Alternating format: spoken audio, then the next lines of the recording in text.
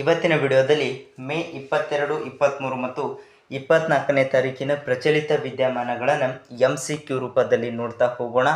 ಹಾಗಿದ್ರೆ ಇವತ್ತಿನ ವಿಡಿಯೋದಲ್ಲಿರುವ ಮೊದಲನೇ ಪ್ರಶ್ನೆಯನ್ನು ಗಮನಿಸಿ. ಪ್ರಶ್ನೆ ಏನಪ್ಪ ಅಂತಂದರೆ, ವಿಶ್ವ ಆರ್ಥಿಕ ವೇದಿಕೆಯ 2024ರ ಪ್ರಮಾಣ ಮತ್ತು ಪ್ರವಾಸೋದ್ಯಮ ಅಭಿವೃದ್ಧಿ ಸೂಚ್ಯಂಕದಲ್ಲಿ ಭಾರತ ಎಷ್ಟನೇ ಸ್ಥಾನ ಅಂತೇಳಿ ಪ್ರಶ್ನೆ ಇರುವಂಥದ್ದು. ಪ್ರಶ್ನೆಯನ್ನು ಇನ್ನೊಮ್ಮೆ ಕರೆಕ್ಟಾಗಿ ಗಮನಿಸಿ. ವಿಶ್ವ ಆರ್ಥಿಕ ವೇದಿಕೆ 2024ರ ಪ್ರಮಾಣ ಮತ್ತು ಪ್ರವಾಸೋದ್ಯಮ ಅಭಿವೃದ್ಧಿ ಸೂಚ್ಯಂಕದಲ್ಲಿ ಭಾರತ ಎಷ್ಟನೇ ಸ್ಥಾನ ಅಂಥೇಳಿ ಪ್ರಶ್ನೆ ಇರುವಂಥದ್ದು. ನೋಡಿ, ಫಸ್ಟ್ ಆಪ್ಷನ್ ಕೊಟ್ಟಿದ್ದಾರೆ 22ನೇ ಸ್ಥಾನ ಅಂಥೇಳಿದೆ. ಆಪ್ಷನ್ ಬಿ 44ನೇ ಸ್ಥಾನ ಅಂಥೇಳಿದೆ. ಆಪ್ಷನ್ ಸಿ 39ನೇ ಸ್ಥಾನ ಅಂಥೇಳಿದೆ. ಆಪ್ಷನ್ ಡಿ 37ನೇ ಸ್ಥಾನ ಅಂಥೇಳಿದೆ. ಹಾಗಿದ್ರೆ ಸರಿಯಾಗಿರ್ತಕ್ಕಂಥ ಉತ್ತರ ಯಾವುದಪ್ಪ ಅಂತಂದರೆ 39ನೇ ಸ್ಥಾನ. ಆಪ್ಷನ್ ಸಿ ಸರಿಯಾಗಿರುವಂಥ ಉತ್ತರ ಆಗಿರುವಂಥದ್ದು. ವಿಶ್ವ ಆರ್ಥಿಕ ವೇದಿಕೆಯ 2024ರ ಪ್ರಮಾಣ ಮತ್ತು ಪ್ರವಾಸೋದ್ಯಮ ಅಭಿವೃದ್ಧಿ ಸೂಚ್ಯಂಕದಲ್ಲಿ ಭಾರತ ಎಷ್ಟನೇ ಸ್ಥಾನಪ್ಪ ಅಂತಂದರೆ 39ನೇ ಸ್ಥಾನ. ಆಪ್ಷನ್ ಸಿ ಇದಕ್ಕೆ ಸರಿಯಾಗಿರುವಂಥ ಉತ್ತರ ಆಗಿರುವಂಥದ್ದು.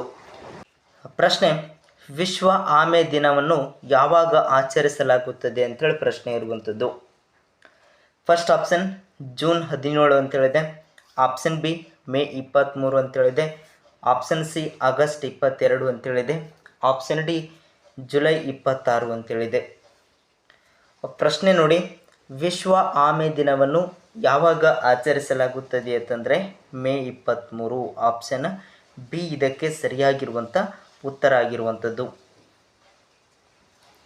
ನೆಕ್ಸ್ಟ್ ಮುಂದಿನ ಪ್ರಶ್ನೆ ನೋಡಿ, ಇತ್ತೀಚೆಗೆ ಸುದ್ದಿಯಲ್ಲಿ ಚರ್ಚೆಗೆ ಬಂದ ಪೊಂಪೈ ನಗರವು ಯಾವ ದೇಶದಲ್ಲಿದೆ ಅಂಥೇಳಿ ಪ್ರಶ್ನೆ ಇರುವಂಥದ್ದು.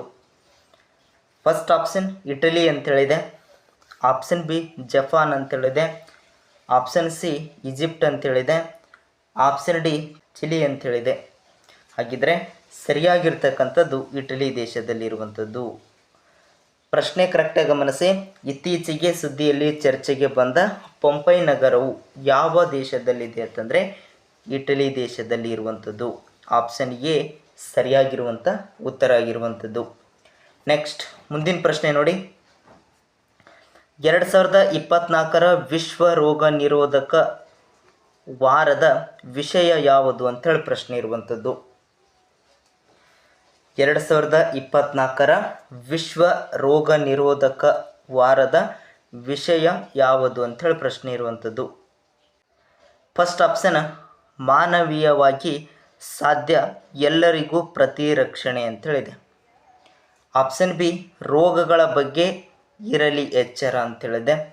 ಆಪ್ಷನ್ ಸಿ ಲಸಿಕೆಗಳು ಎಲ್ಲರಿಗೂ ದೊರೆಯಲಿ ಅಂಥೇಳಿದೆ.